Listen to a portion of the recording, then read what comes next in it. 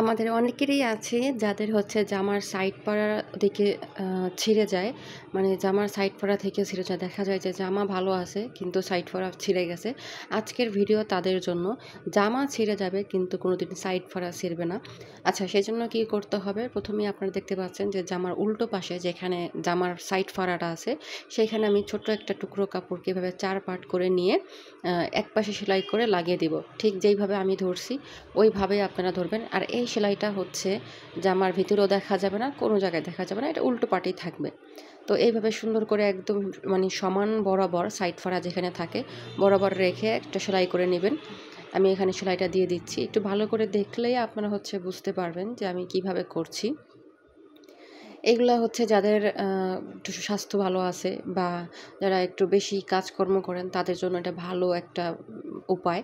দেখা গেছে যে আমার সাইডে অনেক সময় টান লাগলেই ছিঁড়ে যায়, কিন্তু এটা কিন্তু টান লাগলেও ছিঁড়বে না। দেখেন আমি একবার হচ্ছে সোজা করে সেলাই করে দিয়ে আবার ঘুরিয়ে নিয়েছি। ঘুরিয়ে নিয়ে এভাবে আবার এটাকে এখন সেলাই করে দিব।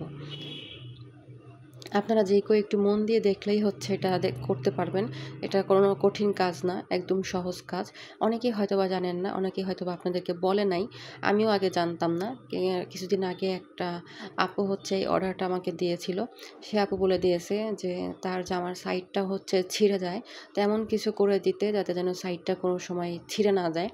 তো সেখান থেকে আমার আসলে এই কাজটা করা। আমি এর আগে কখনো এরকম কাজ করি নাই। তো দেখেন এই যে সাইডটা আমি এইভাবে সেলাই করে দিয়েছি। এখন অপর পার্টটা আমি এইভাবেই সেলাই করে দিব।